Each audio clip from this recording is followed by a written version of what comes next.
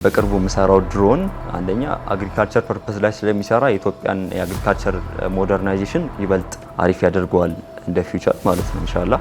እንደዚህ አይነት በጣም ድብቅ የሆኑ ካሜራዎችም ሰርቻለሁ። ሃውስ ኮንትሮሊንግ ፐርፐስ መሰራ ያው ስሟም ደግሞ ተምበርሊን ይባላል ለአይነቱ ነው ማለት ነው በስልጠኛ ምክንያቱም ቤት ውስጥ ሽር ጉድ እያለች ነው ቤታችንን የምጠብቅልን። አንድ የሰራሁት የሞባይል አፕሊኬሽን አለ ማንጎ ላይ ምን እንዳለ ሐኪም ቤት ሄደን ቪታሚን ኤ፣ ቪታሚን ቢ፣ ቪታሚን ሲ የመሳሰሉትን ሪከመንድ ስንደረግ ምን አይነት ምግብ ላይ እንዳለ የምናውቅበት አፕሊኬሽን ነው። ያን በመውሰድ የትኛውንም አይነት እህል ከእህሉና ገለባው የሚለይ አይነት ማበጠሪያና ንፋስ አዘል የሆነ ማሽን ሲስተም ነው ማለት ነው። በብዛት ስፖንሰርሺፖች ነው የምናፈላልገው። ግን ስመጣ እንደ ውሻ ምናምን የተባረርኩበት ታይም ነበረ። እኔ በዛ ጊዜ ሊፍት ላይ ገብቼ ነው ያለቀስኩት። እግሩ ቢሰበር ይታከማል፣ ግን ልቡ ከሰበረ ግን ያን ሁሉ በቃ ሰብር አድርጎ አንዱ እንዲ ሲለ ወደ አንደኛውን ይሞክራል። ያንን ነገራቶች ያደርጋቸው ጥረቶች በጣም ያን ሰብር ሰው አይኖረውማ። በዚህ ልጅነት ብዙ ነገር በሚያጓጓ ሰዓት እነዚህ ነገሮችን ለመስራት ሲፈር ስታይ ማዝለል መጫወት ምናምን አምረው ከትምህርት ቤት መጣ ፈጠራ ስራው ላይ ነው ካየው ጀምሮ ማለት ቀን ማታ አይተኛውስ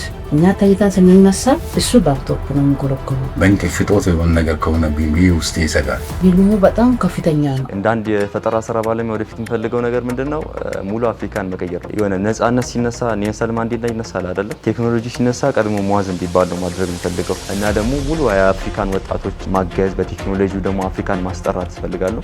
ትልቅ የቴክኖሎጂ ካምፓኒ አፍሪካ ላይ ቢልድ ማድረግ እፈልጋለሁ። ያሳድጋል አይቀልቀ እና የጀመርካቸውና የጀመራ ያሰባቸውን ነገሮች በሙሉ አላህ ያሳካልህ። አላህ መንገዱን ይበራልክልህ። አላህ እድሜና ጤና ይስጥህ የምለው